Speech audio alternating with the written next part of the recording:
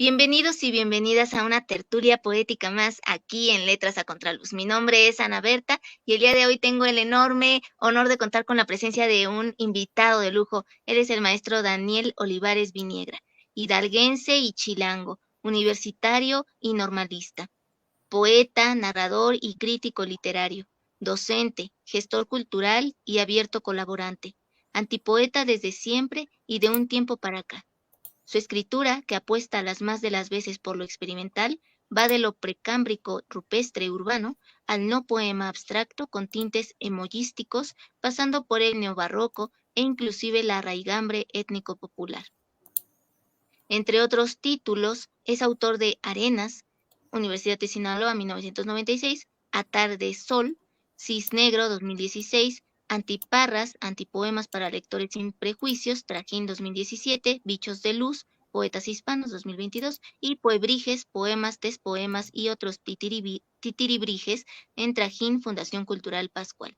Aparece en más de 30 antologías, entre ellas el 27º Encuentro Internacional de Poetas de Zamora 2023, La Isla de los Poetas, 25 años del Premio Navachiste 2017, 100 Poetas del Mundo en la Capital con Valor, Primer Festival Internacional de Poesía José María Heredia, Toluca 2017, La Medusa Dual, Antología Bilingüe Portugués-Español 2017, Voces del Café, Nueva York Poetry Press 2018, Poetas de Allende los Mares, Barcelona 2018, International Anthology of Poems on Autism, eh, Uttar Pradesh, India 2019. Textos suyos han visto la luz también en francés, italiano y náhuatl. Colabora de cerca con el Comité 1973, La Piraña, Humo Sólido y Poesía en órbita. Pues le agradecemos infinitamente que haya aceptado esta cordial invitación, maestro Daniel, y esperamos lo disfrute tanto como nosotros aquí en Letras a Contraluz. La primera pregunta que tengo para usted es: ¿qué significa la poesía en su vida y por qué se considera antipoeta? ¿Qué es la antipoesía? Bueno, desde luego es un oficio muy gozoso, una manera de encarar el mundo, tus sentimientos, lo que nos acontece, una manera de comunicar con los demás, creo que es a lo que todos aspiramos. Y bueno, un oficio que también pues, va recorriendo diferentes etapas, diferentes épocas, material, nuestra materia prima, que son las palabras. Entonces, para mí es eso, es desde luego un algo más en la vida. Todos tenemos que buscar la opción práctica y la poesía pues llena esos algunos pequeños espacios, quizá cualitativamente los más importantes, aunque las restantes horas pues tengamos que atender a las labores propias de la sobrevivencia, ¿no? Yo tengo la fortuna de haber estudiado letras, antes de ello de haber sido profesor. Entonces, como decía la semblanza, pues soy normalista y como que desde esa perspectiva siempre tenemos la vocación y la intención y la posibilidad hermosa también de abrir puertas, ¿no? Hacia los muchos campos del conocimiento, pero en particular hacia la palabra, que es una vocación que uno trae, ¿no? Entonces, pues siempre cercano a las letras, por lo menos por encimita hacia todas las opciones que puedan pues darnos un acercamiento global y una manera de poder asesorar y poder llevar y poder pues compartir también, como decía, de manera amable, linda, desde los niños hasta pues adolescentes y después adultos. Entonces, siempre hemos estado cerca de las letras. Además es por vocación y por nacimiento, ¿no? Aunque yo no tuve una cuna de oro, ni mucho menos, somos de extracción humilde, propiamente rural, ¿no? Pero mi abuelo era maestro rural, Entonces, desde allí viene la vocación, y la mayoría de mis tíos son maestros y traemos la vocación. Entonces, como que en la sangre, y como que es algo muy común. Y bueno, también sin que en mi casa hubiera exceso de libros, siempre los libros estuvieron al alcance de la mano, ¿no? Sin que nadie me obligara ni me forzara a buscar caminos, simplemente fue algo natural, están allí los libros. Y además, bueno, ya viene la cuestión muy personal, ¿no? Cada quien escoge. Y como decía, es cuestión de ambientes, de necesidades, de hambre, de sed, de encuentros, de azar. Uno va formando sus gustos, sus búsquedas. Lo bueno o quizá el camino lógico es eso, ¿no? Vámonos asomándose a cosas, no te gustan, no te comprometes, no te apuran, hasta que encuentras ya como que cuál es tu resonancia, cuál es tu camino, cuáles palabras sí te hacen vibrar, pues eso, ¿no? Vitalmente, y como que las incorporas para siempre. Entonces ese es el caldo de cultivo, el ambiente que da pie a que pues esté yo allí, ¿no? Eh, y bueno, entonces siempre ha estado allí. En algún momento, desde luego, la poesía, te digo, pues surge pues como lo dije también, como un oficio. O sea, finalmente uno va descubriendo para qué eres bueno, ¿no? Y hay que naturalmente es mejor para narrar, y hay quien se siente mucho más cómodo en el poema, en los escritos breves, o y vas probando, ¿no? También con tus posibles lectores, eh, en donde te sientes más cómodo. Es en particular eso, pero bueno, entonces en función de eso, pues uno encuentra también sus preferencias, y como también lo que llamamos la propia voz, o la propia tonalidad, o la propia sensibilidad, que va ligado pues con tu naturaleza, ¿no? Entonces, por ahí va.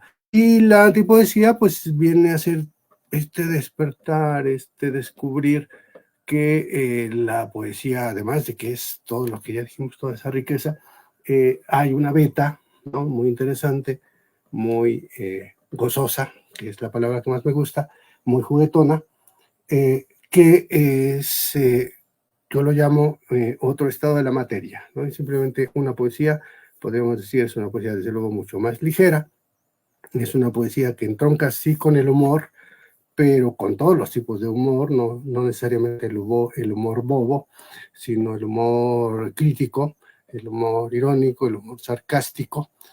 Y bueno, ese es un gran descubrimiento, ¿no? De pronto uno entiende que todos los grandes poetas necesitan un descanso, ¿no? Ante tanta densidad y sufrimiento y dolor. Y entonces todos tienen poemas divertidos, o como decía, es un talante, es un temperamento de algunos grandes poetas, ¿no? Que en el mundo ha habido afortunadamente, y que son los grandes maestros que uno va siguiendo, ¿no? Estamos hablando, pues para empezar, de Francisco de Quevedo y Villegas, ¿no? El gran maestro. Entonces, a partir de allí, ¿no? Que sería una de las grandes cumbres en este devenir de nuestra lengua, que casi siempre fue un muy solemne, pero en todas las culturas, en todos los tiempos, ¿no?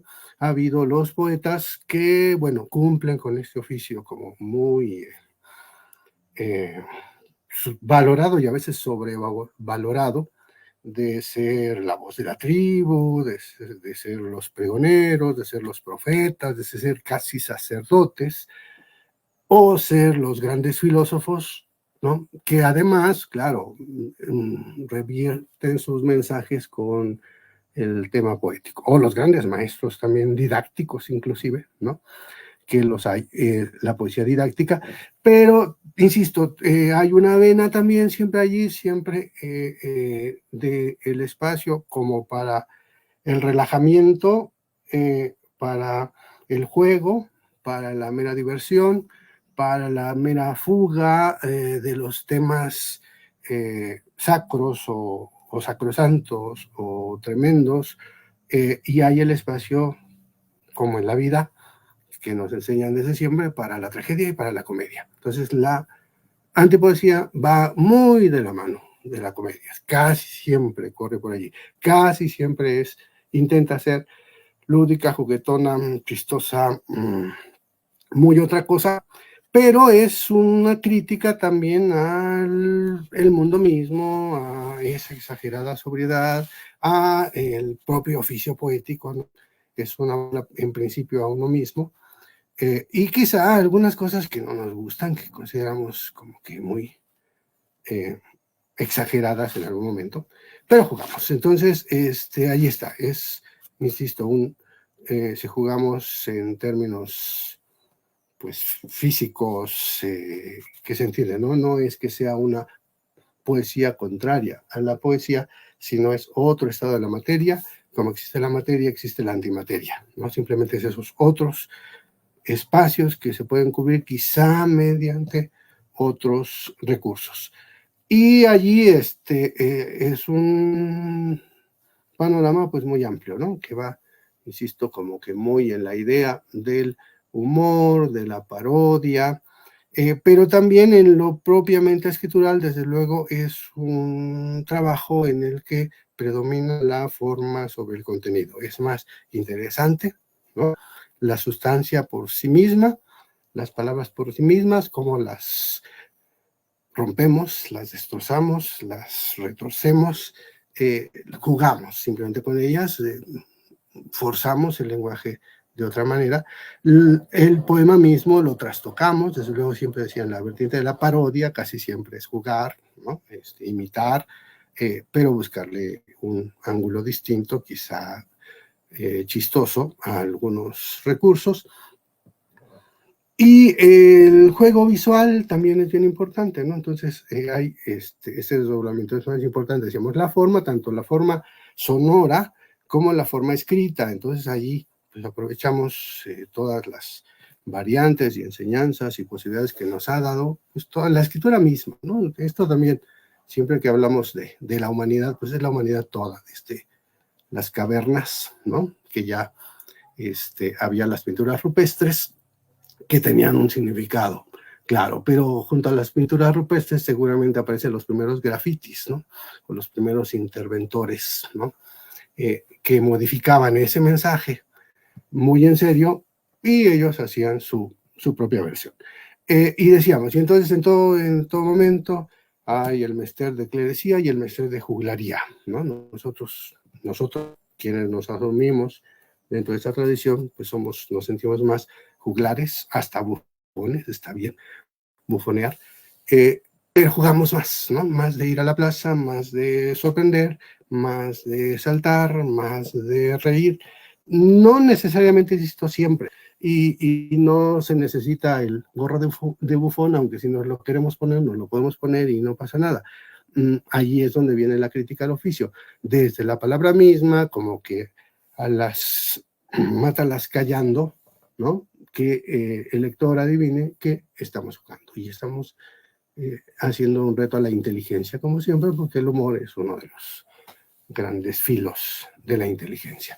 Entonces, por allí va, ¿no? Hay mucho juego, insisto, toda una larga tradición de poetas que son grandes poetas en su mayoría, que en algún momento se dan esta libertad.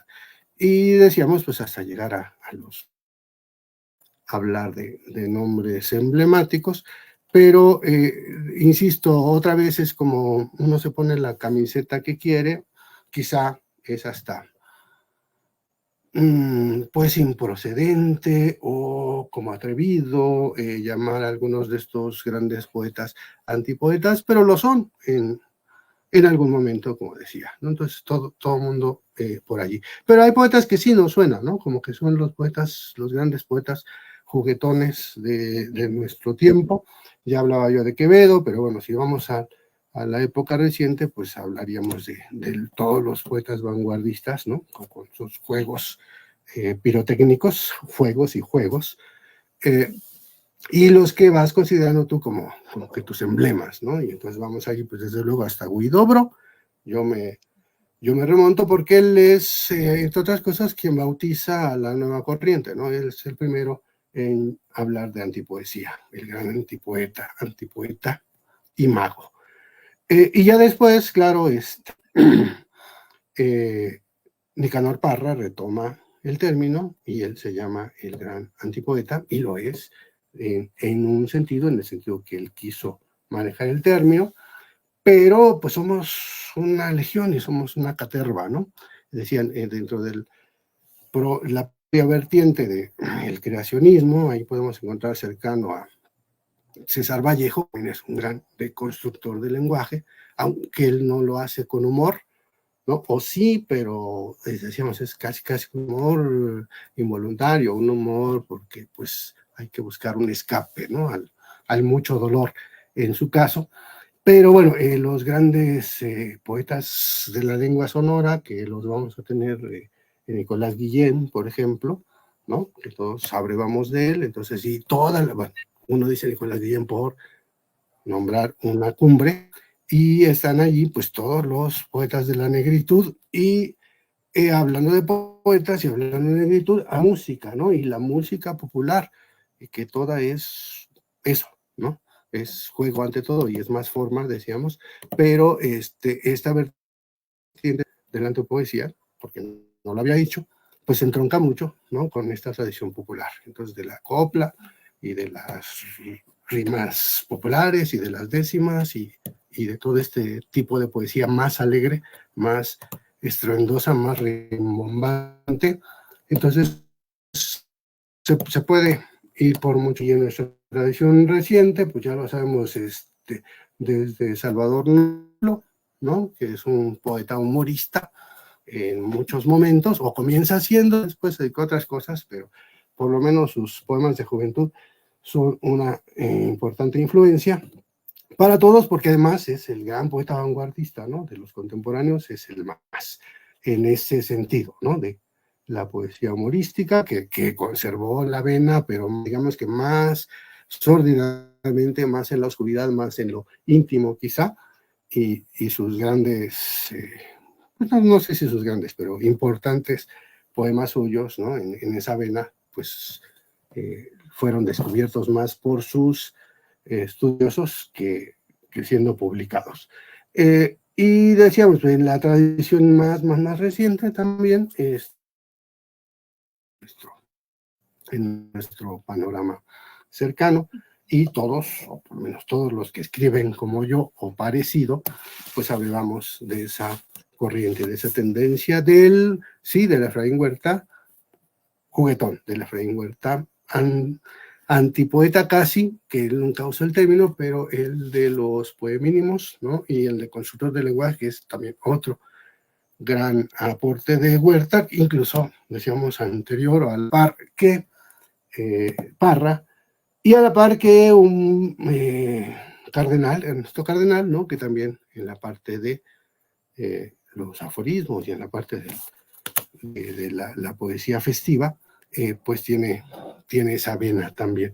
Y bueno, de allí venimos, y pues más acá, decía, junto con todo el rock and roll, y todo el lenguaje juvenil y cultura de la onda, etcétera, etcétera, pues nos permite, ¿no?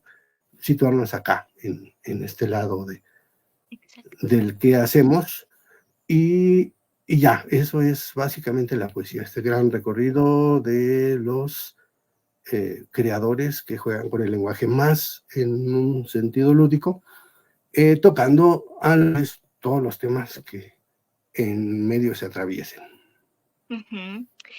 Como docente, desde su visión como docente, maestro Daniel, ¿qué cree que se requiere para fomentar la lectura e ir construyendo un pensamiento crítico?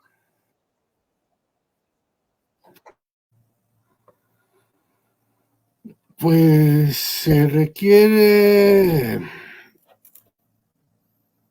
tener cercano, como decíamos, muchas opciones. Se requiere aligerar el camino, ¿no? Se requiere no imponer la docencia por sí misma, ni el canon por sí mismo, sino mostrar las virtudes de ciertos textos, ¿no? Entonces, pues no sé, Es algo también, insisto, como natural, uno prueba, uno sabe que saben las cosas y uno les dice a los jóvenes o a los niños, ¿no? Que esto está muy bueno. Ahora, ¿cómo lo dosificas? Creo que es más fácil que todo, ¿no? Es poner al alcance de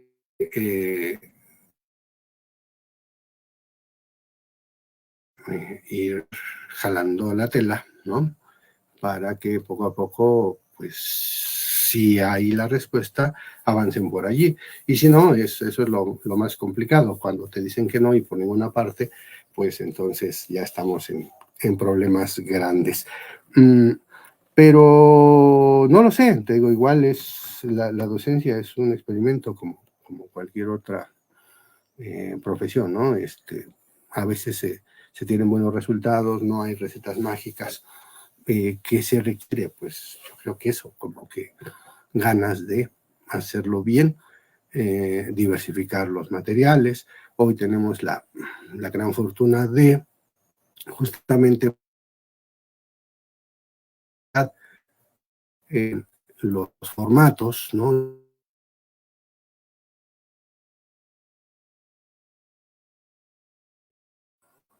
Estamos, sí.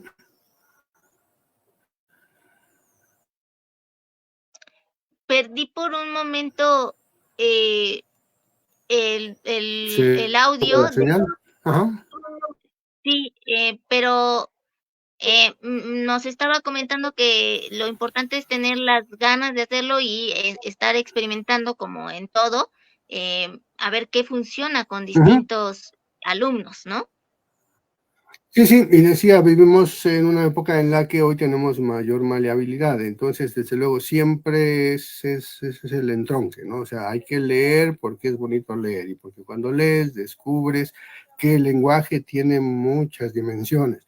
Es la dimensión escrita, pero es también la dimensión oral, entonces podemos combinar, es lo lógico en la escuela, ¿no? Por eso hacemos los juegos de leer en voz alta y quizás de pronto la poesía coral, pero quizá no tan acartonada, ¿no? Sentirlo como más natural, porque así está bien, porque este texto muy bonito se puede adaptar y ahí entra ya pues la inteligencia del maestro y la inteligencia emocional de los niños o el propio ambiente, ¿no? Y entonces, pues es eso, es incorporar al lenguaje de los niños o de los jóvenes. Entonces, ese es uno de los grandes caminos, que por ejemplo la poesía es muy dura de tragar, pero a todos les gustan las canciones.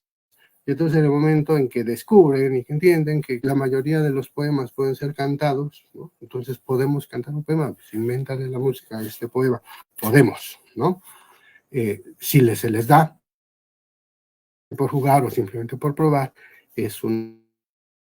Y decía, en el mundo moderno, pues tenemos la posibilidad también como de ver experimentos visuales, ¿no? Que también por ahí va esta cuestión de la antipoesía, que se me olvidó decirlo un poco, ¿no? Entonces es una poesía también mucho más visual en el sentido de experimentación hacia lo que llamamos la poesía visual, también allí. Pues muchos poetas visuales se van a sentir ofendidos o aludidos, pero pues están haciendo otra cosa que no es exactamente poesía, ¿no? Y eso que no es exactamente poesía tradicional, que se sale del libro, ¿no? Que se sale de las propias palabras planas, pues ya empieza a ser otra cosa. Y va mucho por ahí, entonces igual podemos experimentar con los textos y volver los textos otra cosa, ¿no? Tanto como ya lo sabemos desde la perspectiva tradicional de ilustrar los textos o hacer tu cómic o no sé, mil juegos que se pueden hacer a Sí. partir de un texto plano que ciertamente ha sido incorporado, que siempre ha sido gustado, pero cómo lo guardamos y cómo eso les ayuda a perderle el miedo, ¿no? A otro tipo de textos que pudieran ser mucho más densos. Pero entonces, pues sí, hay que darle el enfoque lúdico y el enfoque ligero de entrada. Ya después, insisto, aún con eso, y aún con las cosas ligeras, de pronto, pues se siente que son mucho más valiosas, ¿no? Que un mero juego. Entonces siempre hay un mensaje mucho más allá, mucho más de atenderse y de incorporarse y de tratar de replicar también, que como decíamos, ese es el anhelo, ¿no? O sea, que sean buenos lectores y si se puede, que también escriban. Y se puede, las más de las veces. Sí. Luis Edgar Manríquez le dice que la presentación de Tu Puebrijes es una invitación a leer, por ejemplo, Maestro Daniel, y así como le haces, de todo lo que nos estaba explicando usted, él comenta que así como le haces con Tu Puebrijes, la manera lúdica, eh, como también jugaste con las palabras, los versos y las ilustraciones para el divertimento de chicos y grandes. Em, con respecto a esto que nos está comentando también usted, maestro, em, usted se enfoca también en la crítica literaria y es todo un tema también ello. Entonces, si nos pudiera hablar un poco acerca de aquello en lo que se debe enfocar un crítico literario para mantener la objetividad lo más posible y que su crítica sea útil y enriquecedora para el lector, que es el receptor de una obra a través de los ojos del crítico. Pues igual, es un oficio, yo creo que siempre aspiramos a la gran crítica y todo, ¿no? Yo creo que también, ¿no? Es más sencillo y es esta labor didáctica de la que hablamos. Todo crítico es un docente en potencia, es un profesor que nos está hablando lo que él encontró de virtudes en el texto. Entonces, pues no hay una ética más o menos lógica y natural.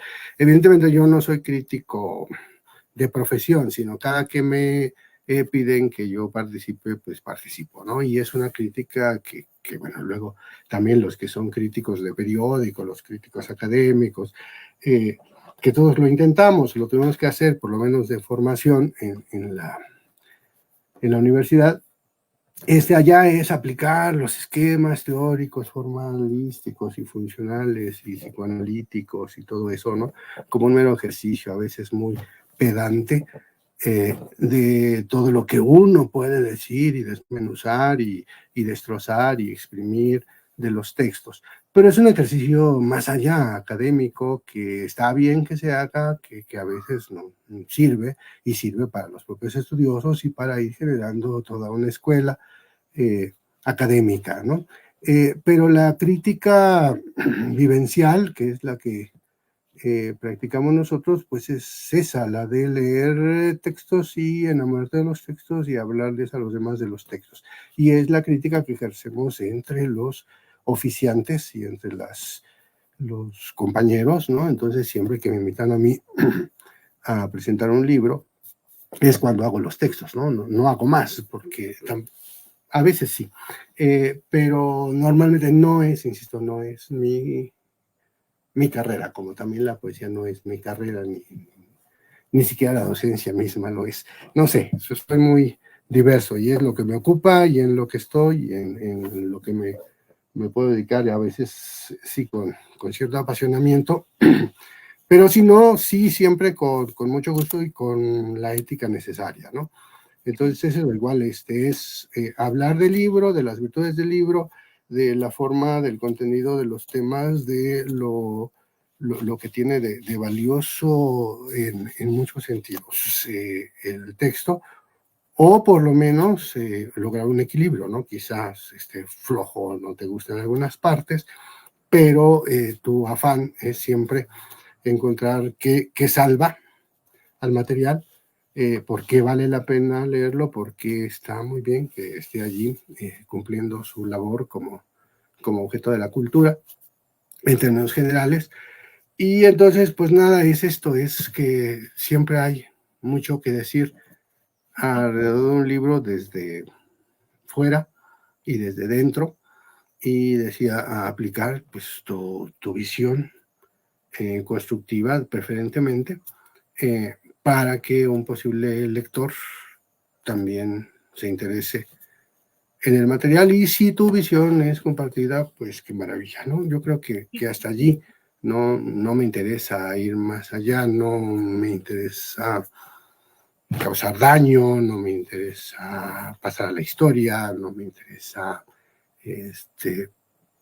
otra cosa, sino que el material y el libro y el fenómeno de la lectura y de la compartición de lo estético que hay allí salga a flote y pues qué felicidad, ¿no? Que podamos seguirlo haciendo hasta que nos dejen y hasta que siga siendo igual como divertido para mí y para los escuchas, ¿no? Eso también es otra cosa, que cuando haces un texto de presentación, pues intentas que tu texto pues sea publicable, ¿no? Que sea legible, que alguien que tenga interés en volverlo a leer, y que al leerlo, porque también no es lo mismo, allí es otro ejercicio como que muy diverso, ¿no? Uno lo lee, pero son textos que hay que releer, ¿no? Cuando lo lee con calma, entonces ya tratas sí de estar de acuerdo o no con algunos aspectos. Y bueno, ese sería el otro juego de la crítica que no se da mucho, ¿no? Como, o sí se da, pero más tras bambalinas, ¿no? Más en pláticas de sobremesa y demás. Y es perfecto, pues es aportar. Entonces, si aportaste algo para el comentario constructivo, preferentemente, pues qué maravilla, ¿no?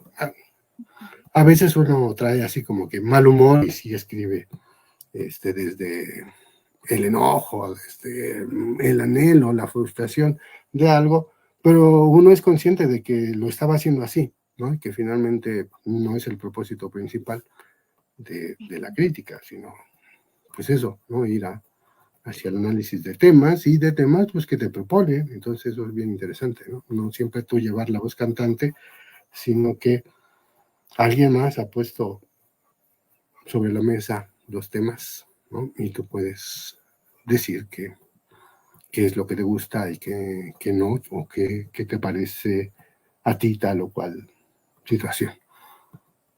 Ahora, ¿qué es lo más desafiante de ser gestor cultural? Pues la constancia, porque es un término también como muy ambiguo.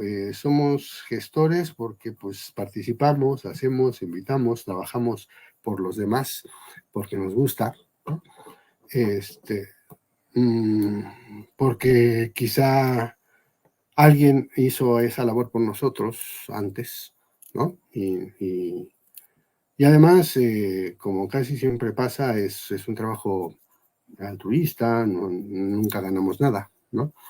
Es entregar mucho porque te gusta. Hacer, por lo menos la labor que yo hago es gestión cultural. Bueno, a veces desde alguna comisión de la propia academia o asesorías o consultorías que he ejercido, pues tenemos esa comisión, ¿no? Como que en equipo, de sacar adelante proyectos. Y bueno, ya después uno pues pone lo mejor posible de sus conocimientos y es eso, es el enlace y el tendido y el buscar espacios para que ciertas actividades ocurran.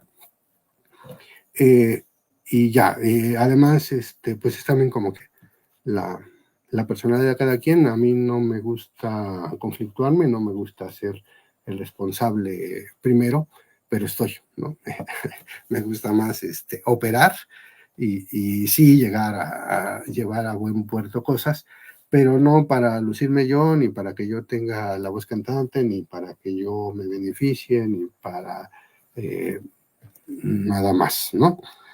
Sino favorecer porque es una buena labor, ¿no?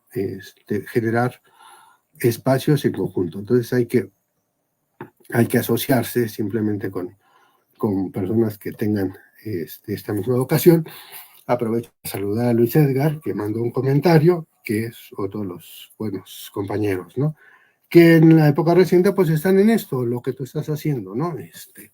Letras a Contraluz y este espacio ahora aquí en la red, pues es una manera de ejercer la gestoría cultural, porque pues dime tú qué vas a ganar con tu programa, ¿no? En absoluto, pero estás haciendo la labor, ¿no? Estás haciendo la labor de poner aquí, ¿no? El programa, tu tiempo, tu preparación, tus ganas, tu motivación, para que quede un pequeño grano, no un ladrillito, junto con 10 ladrillitos más, con 30 ya hicimos una pared, estamos ahí fortaleciendo un proyecto.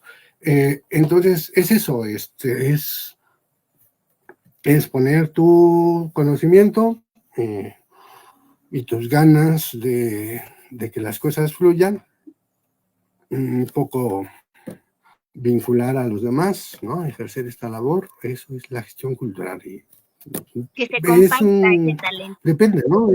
Sí, lo que nosotros hacemos, o sea, finalmente, es dentro de tu ámbito, ¿qué hago yo? Pues le doy seguimiento a proyectos, ¿no? De concursos literarios, de mesas de lectura, de ciclos, ¿no? Lo que es la labor literaria, nada más. De pronto algún ciclo de cine, de pronto donde entonces trataremos, ¿no? Ya, esa es la labor cultural que se hace siempre que se puede, que hay tiempo, que hay las condiciones, ¿no? Y pues se generan 2 o 3 cosas interesantes. Ahora, maestro, ¿qué representó para usted participar en el 27º Encuentro Internacional de Poetas de Zamora y en el primer Festival Internacional de Poesía José María Heredia? Pues, pues una gran satisfacción porque desde luego pertenecemos a estos colectivos que cada día son más fuertes y más reconocidos. De alguna manera, pues durante algún tiempo me alejé de la creatividad o de la escena literaria pública porque estaba ocupado en lo académico y porque pues también necesita uno crecer y darse descansos, ¿no? Entonces, de un tiempo para acá que retomé, pues voy contactando, retomando invitaciones y viendo los nuevos círculos de creación que se van formando. Afortunadamente soy bien recibido y pues mi trabajo empieza a ser visto y tomado en cuenta por pues estos colectivos, ¿no? que se mueven de manera pues más orgánica, que es un circuito de festivales que se organizan. En principio yo regreso al estado de Hidalgo, a Actopan, Tizayuca, donde se estaban realizando estos encuentros. Allí contacto con Roberto Recendis, que él organiza a su vez el festival en Zamora. Quedamos de hablarnos algún día, de inmediato después recibo la invitación. Y en fin, que este tipo de encuentros nacionales, internacionales, pues son un interesante laboratorio, ¿no? Para pues conocer ciertamente las voces de los poetas vivos, de los poetas nuevos, de los poetas consagrados, de la gente que hace a su vez, ¿no? Este tipo de labor, que decimos es la otra gestoría, pero más organizada, más de la mano con algunas instituciones. Y pues esos son los festivales de poesía, ¿no? No he ido a todos, he ido a algunos que son importantes, que son de carácter internacional, y pues significa eso, una gran satisfacción, un compromiso. Hay la intención de que nuestro trabajo esté a la par, ¿no? De posible, y creo que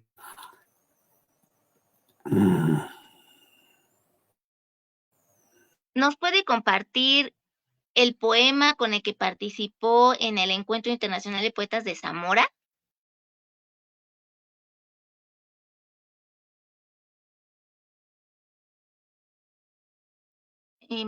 Maestro, ¿me escucha? Está como que la señal variando, ¿verdad?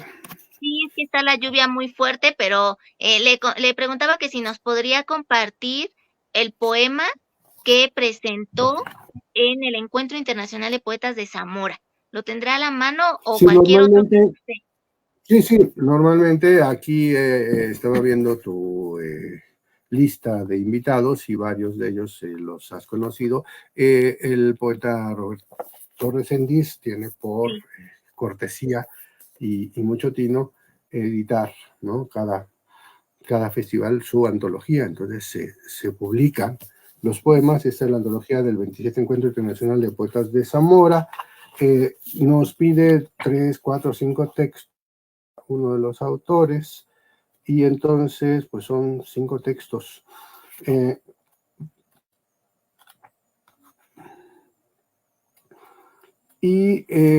No sé, podríamos... Creo que les compartía el primero con el que abro aquí, porque es un poema que me gusta porque resume un poco todas mis búsquedas y como que el momento creativo en el que estoy, que por allí Luis Edgar decía que, saludando a mi libro Poebriges, que es el último libro que escribí, que es un libro, sí, específicamente dedicado para los niños, ¿no?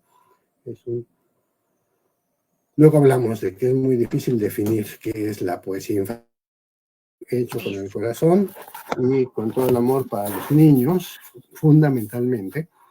Y en la etapa intermedia, decían, en esta etapa que estoy jugando desde mi también anterior libro que se llama Antiparras, Antipoemas para Lectores Sin Prejuicios, que es un libro con el que juego el tema de la infancia, ¿no? También de alguna manera más alejado, más con otro enfoque, pero decíamos, justo redescubrir, volver a montarme en la tabla de surfear de la antipoesía. Eso fue Antiparras, que es un juego y un homenaje, pero bueno, es un texto absolutamente lúdico, ¿no? Con otros... con otras intenciones críticas hacia el oficio poético, pero retomando ante todo la cuestión de la infancia y el juego y el ludismo. Y en medio, insisto, pues he dado talleres para niños y estoy vinculado ahí con gente que escribe más o menos así. Entonces, más ahora que terminó abril, recién presentamos otra antología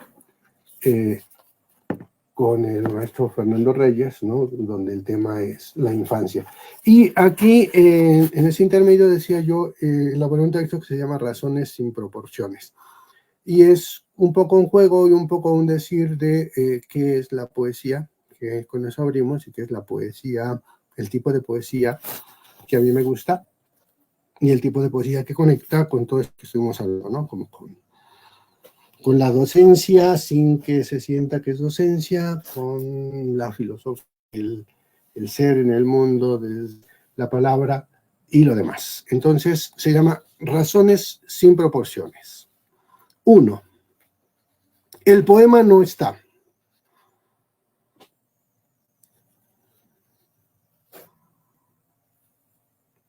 Retomamos.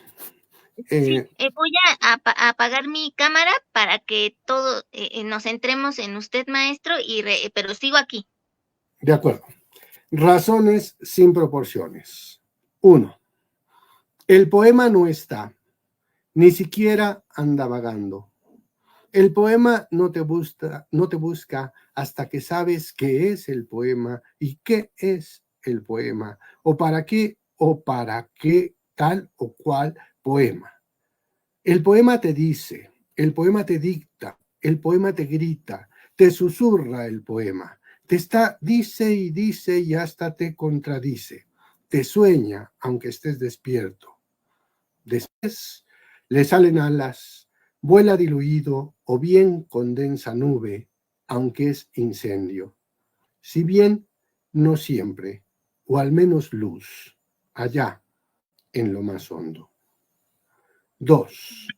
Era agua, era río, era lío, era viento y era trueno. Amarillo era, armario, saltando frente a ti. El poema. Razones sin proporciones. Extraordinario. Por aquí apareció una persona llamada Raúl García, que no le voy a permitir el acceso porque esta es la plataforma de transmisión. Lo puede ver desde Letras a Contraluz en Facebook y más tarde en YouTube, pero le agradecemos que esté atento y le envía saludos a usted, maestro Daniel. Gracias, Raúl, muchas gracias. ¿Cómo surge su libro Puebrijes, poemas, despoemas y otros titiribrijes. ¿Por qué ese título? Ya está ahí el juego de palabras, pero lo queremos escuchar de su voz, maestro Daniel. Sí, bueno, pues de una afortunada coincidencia, pues obvio que lo tengo que presumir porque es el hijo más reciente y el consentido y el más chiquito, el más bonito, porque ciertamente pues era un proyecto largamente anhelado, desde luego yo, entre estos ejercicios que decía que la mayoría de los antipoemas son como poemas brevísimos, como jueguitos, como juguetitos, como que muchos antipoemas son como poemas para niños, aunque tienen intención, es la envoltura, es el juego, es el artefacto, como dice Parra, jugando, seduciendo, generando trampas para que los demás se involucren también. Bueno, ese talante también es esa vocación de jugar con los niños. Entonces siempre que tengo un niño cerca, obvio que le pellizco los cachetes, obvio que jugamos, obvio que algo hacemos. Y algunos textos pues los he escrito por allí, tenía entonces una colección. En algún momento intenté que fueran un libro, en otro momento quise hacer un taller de expresión literaria, de literatura para los niños, he ensayado algunos de sus textos.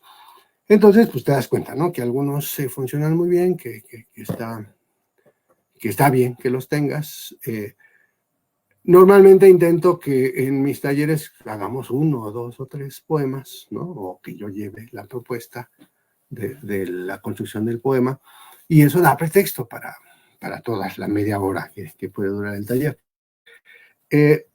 Entonces se juntaron 3, 4, tengo muchos más, pero bueno, si había alguna unidad entre ellos. Intenté entonces hacer un primer borrador que ya tuvo nombre, que intentamos, insisto, como respaldo de algunos talleres. Se dan las bases para que, platicando con también gestores amigos culturales, obtuviéramos una propuesta por parte de Fundación Cultural Pascual, ¿no? De sacar el libro. Salió allí a partir de que yo fui a colaborar como invitado a un taller de creadoras de un grupo de maestras, artistas plásticas, pintoras, que se llaman Proyecto Mujerío. Y ellas a su vez tienen un taller infantil de arte que se llama Alevines del Arte.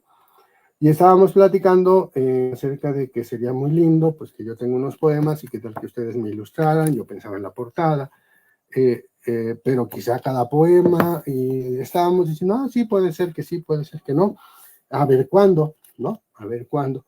Pero entonces estaba respaldado la actividad por Fundación Cultural Pascual, y entonces allí el entonces presidente, el maestro Rubén Huitrón, nos dijo, y bueno, ¿y por qué no lo hacemos? Tenemos los poemas, tenemos las ilustradoras, pues hagámoslo. Y igual yo pensé que se iba a tardar, si no, pero lo tienen que terminar ya porque pues las gestiones tienen fecha de caducidad y entonces tenemos que hacerlo. Y lo hicimos muy, muy rápido, muy deprisa. Entonces las maestras acercaron sus propuestas, contamos con la valiosa intervención de la maestra Lucy Hernández, que es del Proyecto Mujerío, y ella hizo el diseño, y entonces quedó un libro muy bonito, ¿no? Que tiene la portada de la maestra Elsa Madrigal, y que es un libro ilustrado del todo, ¿no? Además, pues con muy buen material, con muy lindo papel, y las ilustraciones de interiores son de las maestras de Mujerío, y también de los alevines del arte, que son niños que pintan. Y estos alevines son niños que van de los 4 a los 12 años, entonces los más chiquititos, 4 años, y ellos ilustraron esto. ¿Qué son los puebrijes? Pues eso, es como digo en la publicidad ya más en serio, es un taller de poesía sin decir que es un taller de poesía, también es, desde luego, usa todos los tópicos de la poesía infantil, es un río de seducción hacia el gusto por la palabra, pero son textos que retan a el niño, ¿no? Confiando en su inteligencia y en su prodigiosa capacidad de imaginación y de juego, entonces a que de inmediato ellos entiendan cuál es la trampa, cuál es el juego, que generen a su vez un texto parecido o que ellos complementen o que entiendan que la poesía es también y fundamentalmente este juego de apropiación y reestructuración y desestructuración del lenguaje para todos los fines posibles. Entonces, por allí va. Entonces son poemas rompecabezas, poemas que se pueden leer al revés o al derecho, que son canciones, fundamentalmente la canción es un tópico, decía, pero entonces son muchos, se pueden cantar, o dicen que son una canción, aunque no parezca una canción, pero en el fondo hay una canción, o tú tienes que construir la canción. Insisto, entender también que es una fiesta de la palabra, que no necesariamente son poemas, porque algunos son pues aforismos, chistes, trabalenguas, adivinanzas, ¿no? Pero bueno, esos son los escaloncitos de los que vamos hace rato, ¿no? Entonces, esta visión abierta de que poesía es todo lo que te gusta, toda la belleza del mundo, ¿no? Concentrada en un texto, pues eso es poesía, ¿no? Si quieres, ¿no? Con los temas que se pudiera. Entonces, esto es Poebriges, desde luego ahí está haciendo su lucha por sobrevivir y porque tenga nuevas ediciones y lo que sea, pero por ahora ahí está disponible. Desde luego, con todo y que tiene el respaldo de Fundación Cultural Pascual, pues es difícil la distribución y es latoso y ahí va, ¿no? Poco a poco, no deja de ser un esfuerzo independiente y pues ahí estamos, ¿no? A la expectativa de que lo conozcan, pues los profesores, los papás, las abuelitas, que son mis mejores clientes, ¿no? Ellas lo compran para regalárselo a sus nietos, ellas no regatean, y todos los demás, pues sí, todo el mundo que se asoma. En principio no hay una persona que me haya dicho, ay, qué feo el libro. Todo el mundo dice, es una belleza, es una maravilla, está muy logrado, y sí, el trabajo, por eso tengo que decirlo, ¿no? El trabajo de la maestra Elsa Madrigal, el trabajo de la maestra Clelia Ríos, el trabajo de Lucy, de todo el colectivo mujerío, y el trabajo de los chiquitines, ¿no? Es lo fundamental, o la mitad, ¿no? La otra mitad es mi aportación, el juego, y ahí está, eso es un texto. Pero por allí va, insisto, jugando un poco acá en la tertulia, desde luego, algunos textos, incluso acá, cayeron en Poebriges, aunque eran textos que igual los construí como antipoemas de juego, ¿no? También de desafío para algunos de mis compañeros poetas. Entonces, nacen como ciertamente un poema de juego, pero como es un poema juguete, pues caen en Poebriges, ¿no? ¿Nos puede compartir alguno de ellos, maestro Daniel? Sí, quizá de los que se pueden, porque bueno, otros son más el cuento y más lo que se puede ver. Por cierto, que esa es también la invitación y el juego, lo que decíamos, para las educadoras, para los maestros, pues es jugar con los niños y es buscar las canciones, y la idea de Titiribriges también ayuda a que hagamos alguna representación. Lo hemos presentado ahí haciendo algún performance, ¿no? Entonces salimos y cantamos y bailamos y brincamos, y con títeres también se pueden decir algunos. De los que están más intermedios y que podríamos compartir aquí. Receta mágica. Me dan mandarina como mejor medicina. Me dan ensalada de lechuga y tomate como poderoso potaje. Me dan jugo abundante de un fruto rojizo como eficaz bebedizo. Me ofrecen también leche y chocolate como potente brebaje. Me dan agua de melón como vigorosa poción. Receta mágica. Extraordinario, maestro Daniel. Es, insisto, intermedio. Y insisto, es muy difícil porque pues la infancia en esos de los 6 a los 12 es todo un universo muy, muy difícil, ¿no? Algunos textos son muy sencillitos, pues para chiquitos que empiezan a leer, otros son mucho más complejos y algunos son muy, muy avanzados que a lo mejor no están, pero insisto, como decimos que de dónde a dónde, ¿no? No podemos acatar, es para los niños de 5 a 6 años, es limitarlo, y no es cierto, ¿no? E igual favorece, es la idea de que también luego los niños saben más que los papás y los niños les pueden explicar algunas cosas a los papás, ¿no? Porque el papá no entiende el chiste, el niño sí, ¿no? Entonces hay este cruce y está bien que esté así, como que muy variado para que pues sea también un instrumento de intercambio de cultura o de convivencia familiar. Así es, maestro.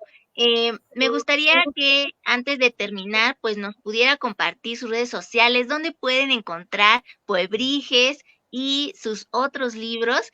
Y también por aquí comentarle, más bien darle lectura al comentario de Edna Andrea Ramírez Antúnez. Felicidades, saludos, Daniel Olivares Viniegra y saludos.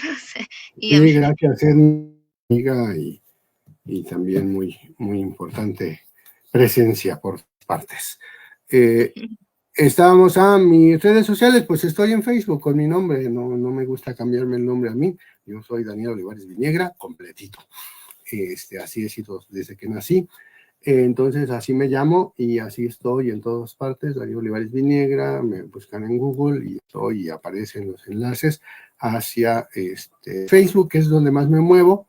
Hay un Instagram que replica algún nombre y ya en mi canal de YouTube, que también es Daniel Olivares Viniegra, que también sí tiene algunas cosas interesantes que dábamos de esta etapa última en la que estaba jugando, algunos de estos poemitas que aparecen en Bichos de Luz, por ejemplo, antipoemas, los trabajé como propuesta visual, entonces ahí podemos verlos adaptados, ¿no? A la manera de juego, como poemas animados, los bichos ahora en la pandemia, ¿no? Hice una serie que se llamó Chispazos primero, y terminó siendo Los Bichos de Luz, y muchos de los textos de Antiparras han sido recreados por un artista, perdón la garganta,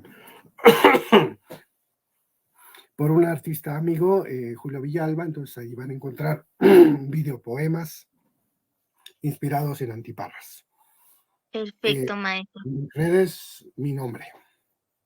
Daniel Olivares Viniegra, ya vieron el talentazo que tiene y aparte esa sensibilidad para también atender al público infantil, que es de los más exigentes. Y sí, los niños son muy, muy inteligentes, saben captar muy bien todo, entonces también prestarles esa atención debida, leerles a los niños, permitir que ellos también se acerquen a esa lectura en voz alta.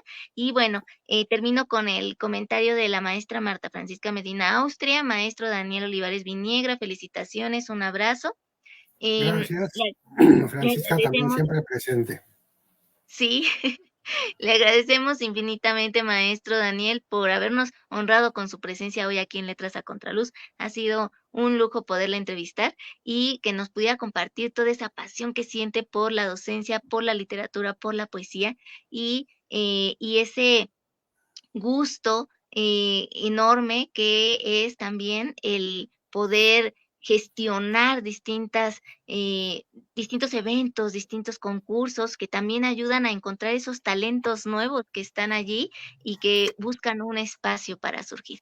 Eh, Le agradecemos infinitamente y también a quienes vieron este video en vivo, a quienes lo ven en diferido, que tengan un extraordinario inicio de mes lleno de bendiciones y que la literatura, la poesía, sea la que nos siga uniendo en comunidad virtual. Sí, Muchas gracias, gracias. Tatiana Berta, gracias a todos. Hasta pronto. Hasta pronto, maestro.